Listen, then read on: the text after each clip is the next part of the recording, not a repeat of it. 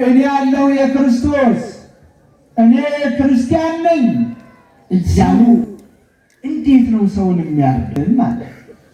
ምን አድርጎ ነው አንዱ ብድግ ብሎ ከቤቱ ሄዶ የሚያርደው? ከቤቱ ሄዶ የሚያርዳት ምን አድርጎት ነው የሚገድለው? ምን በድላ ነው? ምን በድሎ ነው? ቅዱስ ጳውሎስን እንደዚህ ነው ያለው፣ ጠባቂ ጨክን፣ በርታ፣ አይዞን። እንዲህ የተባባሉ ነው እነዚህ የተቀደሱ አባቶቻችን ይህንን ከንቱ ዓለም ካልጫነቱ ለማላቀቅ ጣፋጭ እንዲሆን ባለ በሌለ ሕይወታቸው ሁሉ አስተምረው እንደገና በሕይወታቸው ካስተማሩት በላይ ደግሞ በሞታቸው ብዙዎችን አስተምረው ወደ እግዚአብሔር ይሄዱት። ከዛ በኋላ ነው ያስተማሩትን በተግባር ስላሳዩ ቃል ብቻ ሳይሆን ተግባርንም ተርጉመው ስላስተማሩ እነሱን ያዩ ክርስቲያኖች ሁሉ ሰማዕትነት አይለፍህ፣ ሰማዕትነት አይለፍሽ እያሉ በየትኛው መምለኪያነ ጣዖት ባሉበት፣ ፈላጮች ቆራጮች እግዚአብሔር የለሾች በነገሱበት፣ እንደፈለገ እንደወደዱ በሚያደርጉበት በየትኛውም አደባባይ ከየትኛውም ቦታ መጥተው መሸሸግ አይደለም መደበቅ፣ እኔ ያለው የክርስቶስ እኔ ክርስቲያን ነኝ እያሉ በየአደባባዩ እየመሰከሩ ሰማዕትነትን እየተቀበሉ ኦርቶዶክሳዊት ተዋሕዶ ቤተ ክርስቲያን እንድታብብ በአረማውያን ዘንድ በመምለኪያነ ጣዖታት ዘንድ የነሱ እየከሰመ እንዲሄድ ክርስትናው ምድሪቱን እንዲያጥለቀልቃት ምድሪቱ በዝማሬ በእልልታ እንድትደምቅ ያደረጉት ከነዚህ ቅዱሳን ሐዋርያት አባቶቻችን የተማሩትን ቃሉን በቃል ተግባሩን በተግባር በመፈጸምና በማከናወን ነው። የሚገርመው ሮማውያን ዛሬ በክርስትናው ዓለም ከኛ በላይ ላሳር የሚሉት ነገሩ ዛሬ እንኳን መልኩን እየተለወጠ ነው። መልሶ በየምዕራፉ በብዙ የሚቆጠሩ አብያተ ክርስቲያናት ውድ ከሆኑ ነገሮች ያነጹ የገነቡ ዛሬ እንኳን እነዚህ አብያተ ክርስቲያናት መልካቸውን ቀይረው ለተራ ነገር እየዋሉ ነው። ገና ኢትዮጵያ ክርስትናውን ተቀብላ ክርስትናውን አምና ክርስትናውን ሰብካ በምድረ እስራኤል ከተሰበከው ክርስትና የመጀመሪያ ፍሬ ሆና እዚህ ጋር ኢትዮጵያ እዚያም ነበረችና እግዚአብሔርን ስታምን እነሱ በጣዖት ያመልኩ ነበር። ምክንያቱም የኔና የእናንተ አባቶችና እናቶች ሁልጊዜም ከእግዚአብሔር አለመለየታቸው ነው ትልቁ ቁም ነገር።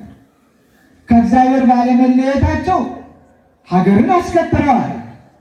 ከነድንበሩ ከነነፃነቱ የባዕዳን ቋንቋ ሸክም እንዳይሆንን፣ ባዕዳን እንዳይገዙን፣ ሃይማኖታችንን እንዳያስለውጡን፣ ባህላችንን እንዳያጠፉ ሃይማኖት ትልቅ ነገርም እንዳለው ሰማያዊው ጽድቅ ብቻ ሳይሆን ለምድሩም ለእኔነትና ለማንነትም ትልቅ ትርጉም እንዳለው በዚሁ እግር መንገዱን እንማራለን።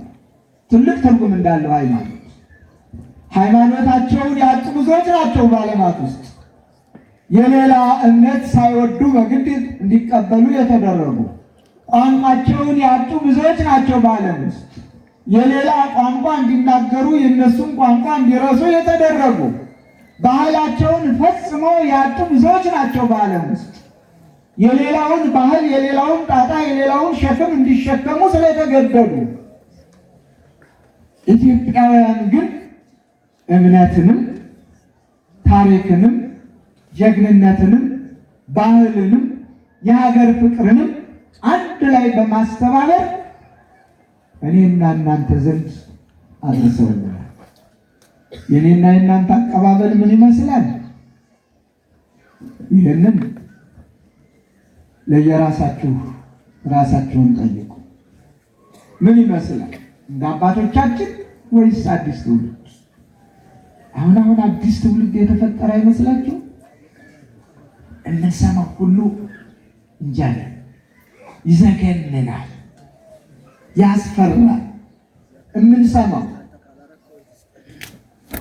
ዘመኑ ባመጣው የምናየው እውነት እስከሆነ አላውቅም። አንዳንድ ጊዜ ታማኝ ተብለው በሚታሰቡም ሚዲያዎች የሚነገረው ሰው እንዴት ነው ሰውን የሚያርደው? ቅዱስ ጳውሎስ የተናገረውን ቅዱስ ጳውሎስ ሰምታችኋል። እንግዲህ በድዬ ወይም ሞት የሚገባውን ነገር አድርጌ እንደሆነ ከሞት ልዳን አልልም ማለት። ምን አድርጎ ነው አንዱ ብድግ ብሎ ከቤቱ ሂዶ የሚያርደው? ከቤቱ ሂዶ የሚያርዳት ምን አድርጎት ነው የሚገድለው? ምን በድላ ነው? ምን በድሎ ነው? ለሞትስ የሚያበቃ ከሆነ ፍርድ የለም ወይ? ፍርድ እኮ ከጥንት ጀምሮ እስካሁኑ ድረስ አለ። አንድ ሰው ይታሰርም ሲባል በሕግ ተፈርዶበት፣ አንድ ሰው ይሙትም ሲባል በሕግ ተበይኖበት ተፈርዶበት እንጂ ሰው ጉልበት አለኝ ብሎ እንዴት ወንድሙን ወንድም ይገለዋል? ውረድ እንውረድ ተባብለው ለመገዳደል የሚቀርቡትን አይደለም እያልኩ ያለሁት። እነዚያን ሰላም ስጡን፣ ሰላም ሆኑ ነው የምንል። እቤቱ አርፎ የተኛውን ሰው ከቤቷ የተኛችውን፣ ከቤቱ የተቀመጠውን፣ ከቤቷ የተቀመጠችውን ለአምልኮ ወደሚያመልክበት ቦታ የሄደችውን እንደዚህ አይነቱን መግደል ምን አመጣው? ይህ የትውልዱ የማንነቱን መጥፋት ያሳያል። ትውልዱ እንደ አባቶቹ ቢያውቅ ጥፋት እንኳን ቢያጠፋ ይመክራል፣ ያስተምራል፣ በሽማግሌ ያስመክራል፣ በሕግ ያቀርባል፣ በሕግ ያስቀጣል፣ በሕግ ያስቀጣል።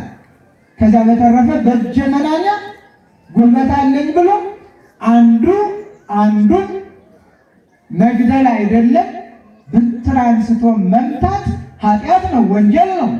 ክርስትናውም አይፈቅድም። ከየት በተማር ነው? እኛ ኢትዮጵያውያን እንዲህ አይነቱን ጣጣ ከየት ተቀበል ነው? ከማን ወረስ ነው? ይህን በደንብ አድርገን ልናጤነው ይገባናል።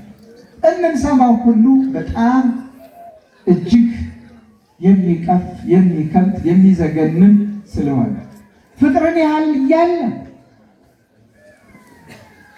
የተለየ ሃይማኖት ኑሮት እንደነ ቄሳር እንደነ ኔሮን ማለት እንደ ቄሳራውያኑ እንደነ ኔሮን ክፋትን በመመላት የሚያደርግ ከሆነ መጀመሪያም እምነት ስለሌለው ምንም ላንፈርድበት እንችላለን። መጀመሪያም እምነት የላቸውም፣ ዓላማቸውም ያው ነው። ግን እምነት አለኝ የሚል የሚገርመው ማተብ አድርጎ ባንገቱ፣ መስቀል አንጠልጥሎ ባንገቱ ይሄ ወንጀል ሲሰራ ሲታይ ምንስ ይባላል? እንዴትስ ይወራል?